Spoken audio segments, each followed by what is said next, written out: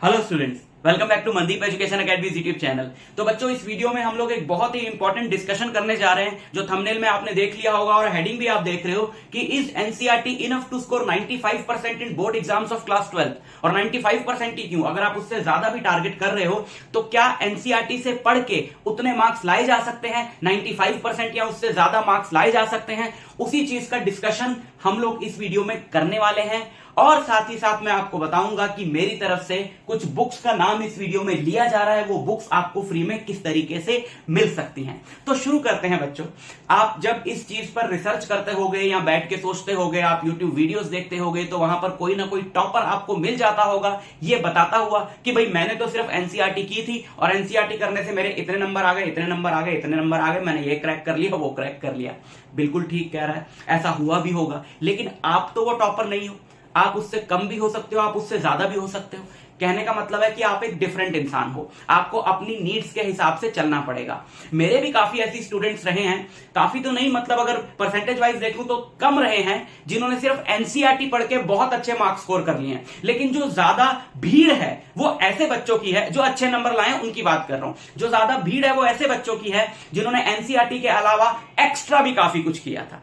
ठीक है, तो अगर मेजॉरिटी वाइज देखें, अगर मैं 100 बच्चों को उठाऊं, 100 टॉपर्स को उठाऊं, तो एक या दो उसमें से ऐसे मिलेंगे जिन्होंने सिर्फ एनसीईआरटी पढ़ के बहुत अच्छे मार्क्स स्कोर कर लिए। बाकी के जो 98 बच्चे ऐसे हैं जो आपको चाहे बताएं चाहे ना बताएं, ऐसे बच्चे हैं 98% जिन्होंने एनसीईआरटी के अलावा भी काफी कुछ किया था। तो वो काफी कुछ क्या है उसका हम डिस्कशन यहां पर करने वाले हैं। तो शुरू करते हैं बच्चों।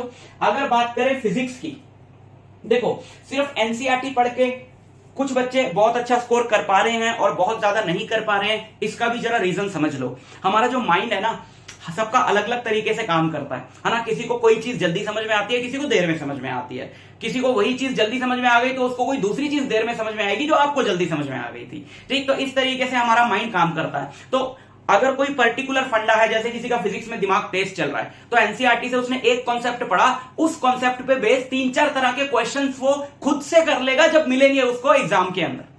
ठीक है ना। लेकिन मेजॉरिटी बच्चे ऐसे हैं जिनको कॉन्सेप्ट करवाने के बाद भी वो हर तरीके का क्वेश्चन एक बार करना पड़ता है या करवाना पड़ता है, तब वो जाके एग्जाम में उसको करते हैं।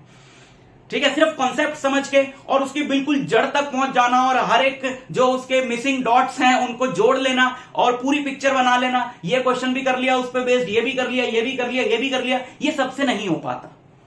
और ये होना कोई टैलेंट नहीं है ना। किसी से हो पाता है, किसी से नहीं हो पाता। तो हम क्या करें, हम रिस्क ना लें। हम क्या करें कि कॉन्सेप्ट को पढ़ने के बाद ये भी देख लें कि हर तरह का क्वेश्चन जो इस कॉन्सेप्ट से आया है वो कैसा रहा, ताकि हमारा एग्जाम में जाके कोई बहुत बड़ा रिस्क फैक्टर ना हो और हम सोचते ना रह जाए, है ना, सोचने में हम टाइम खराब ना करें। तो इसलिए हमें ज्यादा से ज्यादा क्वेश्चंस करने हैं और हमें ऐसी बुक्स फॉलो करनी है जिनमें ज्यादा से ज्यादा क्वेश्चंस दिए रहते हैं। फिजिक्स की अगर मैं बात करूं तो आपको एनसीईआरटी तो करनी ही चाहिए, है ना। यहां पे डिस्कशन वो नहीं हो रहा कि एनसीईआरटी नहीं करनी चाहिए, यहां पे डिस्कशन हो रहा है कि एनसीईआरटी के अलावा क्या करना चाहिए। तो एनसीईआरटी तो आपको करनी ही चाहिए।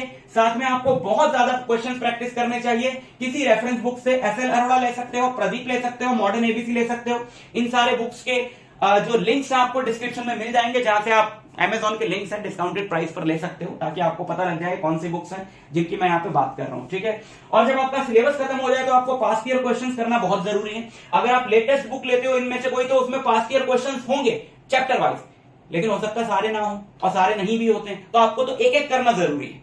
प्लस चैप्टर वाइज तो आपने बहुत पढ़ लिया, अब मिक्स्ड करने जरूरी है, तो उसके लिए आपको पास्ट ईयर क्वेश्चन और सैंपल पेपर्स लगाने बहुत जरूरी हैं। मैथ्स के लिए तो बहुत ही बोलते हैं बच्चे कि एनसीईआरटी से हो जाएगा, हमने एनसीईआरटी करी थी, हमारे इतने नंबर आ जाएंगे। मैं आपको बता रहा हूं, बहुत टाइम से मैं मैथ्स पढ़ा रहा हूं, मैं आपको बता रहा हूं कि नहीं हो पाता ये।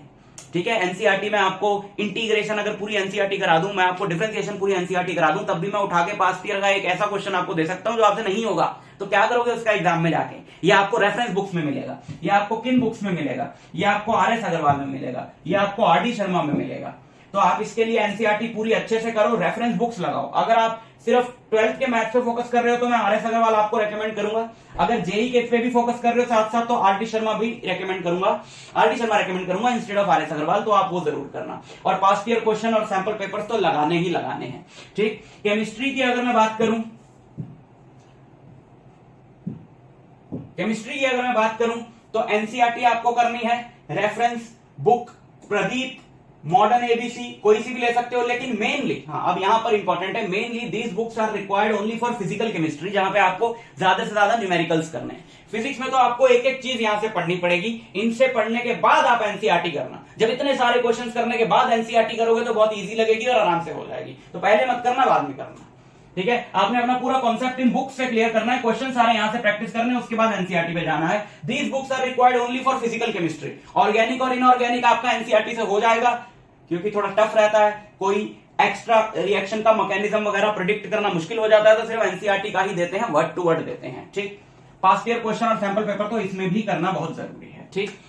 तो इसलिए मेरी तरफ से अगर इस सवाल का मैं एक शब्द में जवाब दूं कि इज एनसीईआरटी इनफ, तो मेरी तरफ से एक बिग नो है। आपको ज्यादा से ज्यादा क्वेश्चन प्रैक्टिस करने चाहिए डिफरेंट डिफरेंट बुक्स से, ठीक है।